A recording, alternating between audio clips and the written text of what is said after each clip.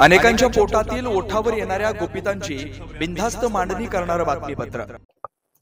सर्वोच्च न्यायालयाचे मुख्य न्यायमूर्ती भूषण गवई यांच्या सहित 3 सदस्यीय खंडपीठानं 18 ऑगस्ट 2025 ला एक निर्णय दिला। जर रस्त्यामध्ये खड्डे असतील, तासन तास प्रवाशांना रस्त्यावर खोळंबत राहावं लागत असेल तर टोल द्यायचा कशाला आणि का द्यावा? नागरिकांनी टोल का द्यावा असा प्रश्न सर्वोच्च न्यायालयाने विचारलेला आहे।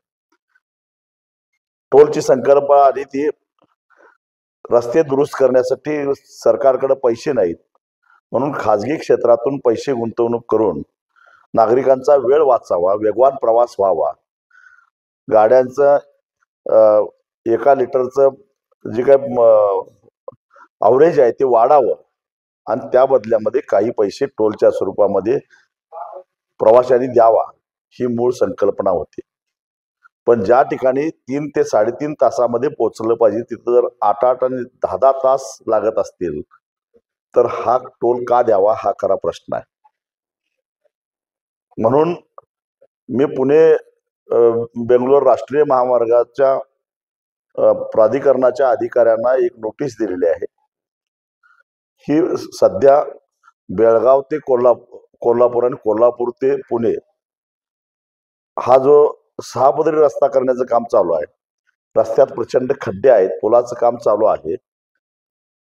कोल्हापूरहून पुण्याला 3 ते 3.5 तासात पोहोचायला पाहिजे, ते 8 तास लागत आहेत।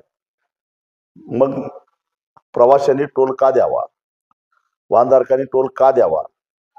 आणि सुप्रीम कोर्टाचा जो 18 ऑगस्टचा आदेश आहे त्याप्रमाणे तातडीनं टोल बंद करा, अन्यथा मेहरबान सुप्रीम कोर्टाच्या आदेशाचा अवमान केला म्हणून मला अवमान याचिका दाखल करावी लागेल अशा प्रकारची नोटीस माझ्या वतीनं ॲडव्होकेट योगेश पांडे यांनी राष्ट्रीय महामार्ग प्राधिकरणाला दिलेली आहे। मी 1 आठवडाभर वाट बघेन आणि कोल्हापूर खंडपीठामध्ये मी ही अवमान याचिका दाखल करून हा टोल जोपर्यंत रस्ता पूर्णपणे बंद होत नाही तोपर्यंत वसूल करून देणार। वास्तविक पाहता वाहनधारकांनी वाहन खरेदी करत असताना 1 टाइम रोड टॅक्स भरलेला असतो, त्याचबरोबर वाहन खरेदी करत असताना त्याच्यावर GST भरलेला असतो, डिझेलवर सरचार्ज आहे। एवढं सगळं असताना मग पुन्हा टोलच्या रूपानं हा कर सर्वसामान्यांच्यावर का? कुठे गेलं तुमचं 1 नेशन 1 टॅक्सचं धोरण?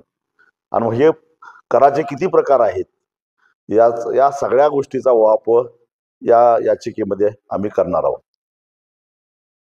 बेधडक निर्भीड बिनधास्त मांडणी करणारा खबऱ्या लाईव्ह।